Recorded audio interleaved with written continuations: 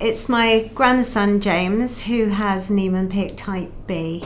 He was diagnosed when he was 3 years old. He's now 19 and today he goes off to university.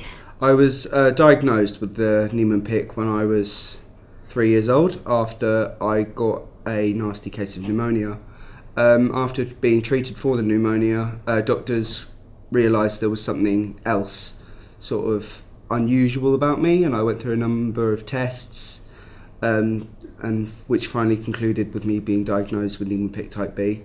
He went into Watford General Hospital when he was 2 with pneumonia, and they decided at that time that he had a very large tummy, so they ran all sorts of tests and decided that it was something that they perhaps couldn't diagnose themselves and referred us to Great Ormond Street.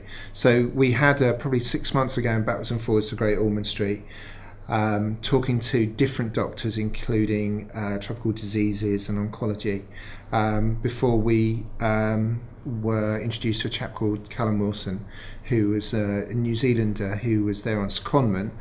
He was a metabolic doctor, and after some time with him, he gave us the news while we had our newborn second child with us, just to say that our son James had Niemann-Pick Type B, which meant nothing to us at all.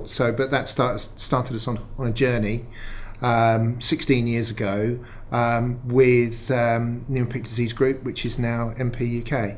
When he was first diagnosed, I think it impacted our life a great deal. We were devastated, but we have been exceedingly lucky. James has kept very well. He obviously does have some limitations to his life, but as he's gone to mainstream school, he's done everything that any other child would do. It hasn't stopped him. He can't play contact sports, but he's chosen to do things like archery and badminton. Well, it's impacted my life massively. I was sort of bullied for it slightly at secondary school. I was sort of a little bit different after telling one of my classmates that I had the disease. A bunch of nasty kids made up a cruel game involving me.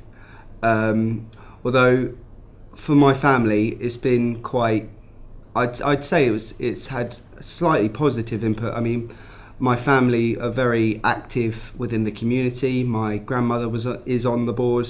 My uncle used to be, as did my cousin. My parents are heavily involved. They come to the conference every year as well. We've done a lot of fundraising for them, for the foundation as well.